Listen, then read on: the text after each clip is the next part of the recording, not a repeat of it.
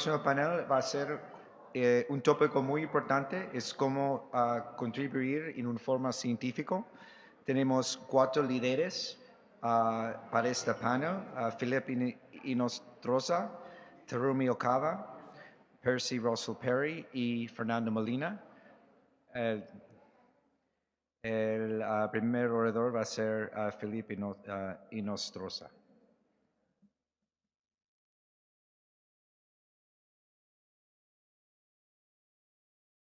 Buenas tardes a todos. Bueno, se me pidió hablar un poco sobre esta presentación. Yo soy fonoaudiólogo de profesión.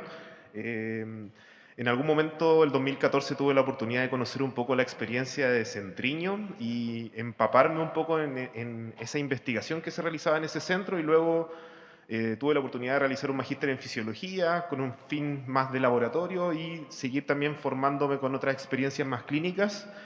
Y al momento de invitarme a hablar sobre esta charla, pensé en discutir un poco cuáles son nuestros desafíos de investigación en América Latina, según un poco la experiencia que tal vez nosotros tenemos en Fundación GANS y la experiencia también que veo en otros centros, conociendo un poco nuestra realidad.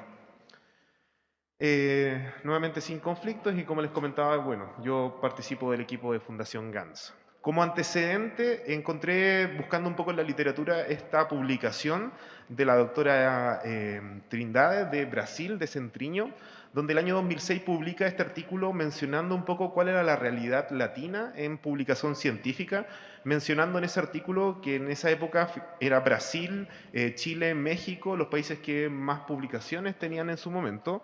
Y básicamente estos días, preparando la presentación, quise ver un poco qué es lo que ocurría al buscar los conceptos de CLEF en Brasil, CLEF México, CLEF Chile, CLEF Argentina y CLEF Perú, tanto en dos bases de datos, una más latinoamericana que es Cielo y otra, ¿cierto?, PubMed. Y esas son un poco las cifras de publicaciones que uno observa. Brasil, lógicamente, sigue liderando, México sigue, Chile, Argentina y también Perú, ¿cierto?, muestra un número importante de publicaciones en el área. Y eso es un poco el contexto tal vez numérico, como para tener una idea de cuál sería la publicación actual relacionada a fisura en nuestros países. ¿Por qué es importante considerar la investigación? Tenemos que recordar de que hay aspectos biológicos propios, ¿cierto?, de las etnias que habitan, ¿cierto?, toda América Latina. Hay componentes genéticos, hay componentes ambientales, hay aspectos psicológicos propios, ¿cierto? Hay temas clínicos que son muy importantes, que se ven en la realidad de cada centro. Hay aspectos geográficos también que son importantes de observar en una investigación para también ver el acceso que hay a la salud. Hay aspectos socioculturales que bajo el modelo biopsicosocial cada vez se quieren y se buscan abordar en las investigaciones, y también hay aspectos económicos que son fundamentales y que también es interesante conocer. Es decir, hay una situación local en nuestros países que hacen que sea importante la investigación, no solamente tomar lo que se desarrolla en Europa, lo que se desarrolla en América del Norte, sino que también entender de que debemos conocer cómo nuestra situación local se ve influenciada por estos distintos factores. En Chile existe la guía clínica GES de fisura labiopalatina, que básicamente rige el tratamiento de los pacientes en todo el sistema de salud, y esta guía se construye en base a la evidencia, ¿ya? Básicamente se entregan recomendaciones respecto a los procedimientos que se deben realizar en el tratamiento de los pacientes con fisura. Hay distintos grados de recomendación dependiendo de la calidad de los estudios, y también existe un nivel de evidencia que se utiliza dentro de esta guía para clasificar los estudios que respaldan los procedimientos que básicamente se sugiere a los equipos que deben realizar. Entonces, esto también muestra un poco la importancia de la investigación también para el desarrollo de políticas públicas, como en este caso lo es la guía GES de fisura labiopalatina, que básicamente en el caso de nuestro país asegura la atención de los pacientes. ¿Qué consideré que es un desafío importante mencionar? Básicamente la formación en investigación. Para poder investigar debemos formarnos, y existen diferentes grados académicos asociados a esto. Están las maestrías, están los doctorados, están los postdoctorados, y también existen diferentes contextos. Hay programas que son más bien de investigación básica en laboratorios dentro de una universidad o un setting, y existen también investigaciones más clínicas que también es importante mencionarlo. Y también cabe destacar que existen programas de educación continua, como el ejemplo de ¿cierto? El diploma de investigación que lidera el doctor Percy Rosell, que yo tuve la oportunidad de cursar en su primera versión, que también entregan herramientas. Pero es importante entender que para investigar debemos formarnos. Y ese es tal vez un primer desafío que debemos comprender en nuestra realidad de América Latina. ¿Cómo podemos formarnos en investigación? Y no solo formarnos, sino que también tenemos que tener apoyo y tiempo protegido. Yo creo que quienes han cursado una maestría, quienes han cursado un doctorado, se han visto enfrentados como la señora María, ¿cierto? Que básicamente cuesta finalizar estos programas, es difícil y significa tiempo, significa dedicación. Y eso debe estar protegido por nuestros centros. ¿Ya? Nuestros centros donde queremos desarrollar estas investigaciones tienen que entregarnos ese tiempo, ¿ya? Tienen que valorarnos como parte de nuestro trabajo. Básicamente, en nuestra experiencia, la investigación es casi como amor al arte, ¿cierto? Pero en otros países es parte del trabajo, es parte de la responsabilidad de los profesionales, por lo cual se me entregan horas protegidas para poder desarrollar eso. Y eso yo creo que es un desafío para la investigación en nuestros países. Otro desafío es unir más, ¿cierto?, la alianza que se debe generar entre las universidades y los centros clínicos, ya sean fundaciones, hospitales. Esto es fundamental para lograr estudios de calidad, ¿cierto? Los académicos que están en las universidades son quienes manejan el método científico, son quienes tienen las herramientas para poder formar, para poder llevar a cabo proyectos, para poder postular a fondos. Entonces tiene que haber un trabajo más colaborativo para que esto se pueda desarrollar.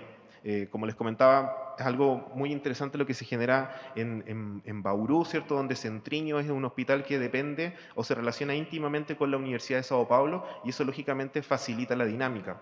En mi caso, también intentamos en Fundación GANS colaborar con las universidades en las cuales muchos de nosotros hacemos docencia, pero no hay una integración tan clara como debiese existir. Y eso es algo que también deberíamos mejorar para poder avanzar.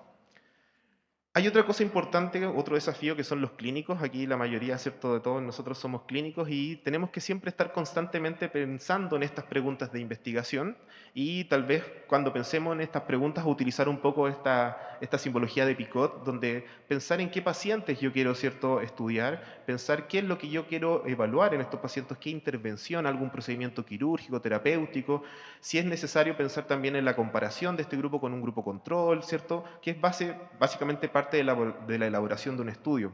Y también ver cómo voy a evaluar los resultados, en qué tiempo. Y yo creo que los clínicos somos quienes tenemos estas inquietudes y que debemos aportarlas a ciertas personas que tienen esta formación o que nos pueden ayudar al desarrollo de investigaciones.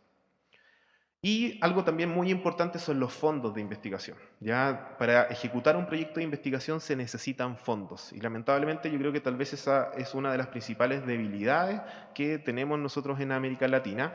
Existen diferentes fondos de investigación que son de ventana abierta, como los que vienen en ese listado, que son básicamente gobiernos o organizaciones filántropas que entregan este tipo de fondos, ya sean pequeños, medianos, para ejecutar proyectos.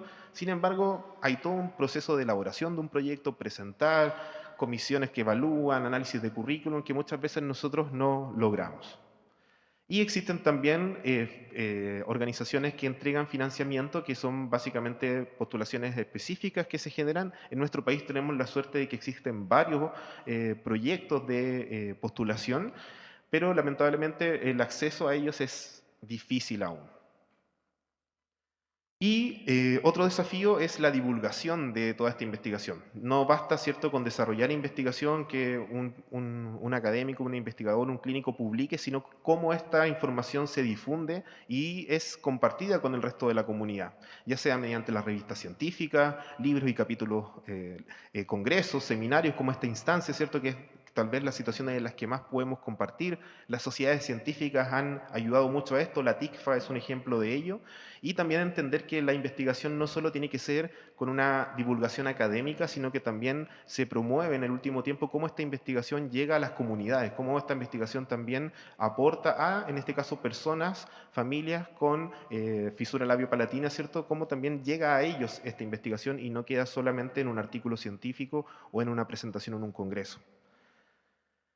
Nosotros tenemos algunas experiencias, varios de los trabajos que el doctor Juliano mostraba son estudios retrospectivos, que son las oportunidades que nosotros hemos tenido de desarrollar. Mi colega Drina, Mirta, Carolina, previamente han desarrollado otro tipo de estudios. Realizando estos estudios retrospectivos, nosotros hicimos un estudio reciente que nos permite poder entregar resultados, pero estos estudios lamentablemente tienen muchas limitaciones. Una de las principales es la pérdida de datos. Pero es una opción y esto se logra mucho básicamente generando buenas bases de datos. Entonces, una invitación a todos los que quieran iniciar y que quieran en algún momento tal vez empezar a hacer algún tipo de estudio. Los estudios retrospectivos permiten muchas veces mirar hacia atrás, ver lo que anotamos en nuestras fichas, pero tenemos que ser súper sistemáticos al momento de registrar a nuestros pacientes. Y eso es algo que tal vez tenemos que trabajar. En resumen, el desarrollo de investigaciones nacionales e internacionales en América Latina es fundamental para la comprensión de nuestro fenómeno local, también para el desarrollo de políticas públicas. Tenemos que entender de que hay varios desafíos aún. El principal yo considero que es la formación, ya aprender a cómo investigar. También tenemos, ¿cierto?, el rol activo que tenemos que tener en el desarrollo de preguntas de investigación. El tema de los fondos también es un tema muy importante y un déficit que debemos lograr sobrellevar. La divulgación también es algo importante y entender también que la investigación en todos los niveles es un aporte. Ya idealmente aspiremos a los ensayos clínicos randomizados, aleatorizados, ciegos, pero sabemos que eso va a ser siempre difícil, pero tal vez una buena experiencia de un caso clínico donde hacemos un abordaje importante puede ser también una muy buena contribución, un bajo nivel de evidencia, pero también una contribución. Así que eso, muchas gracias.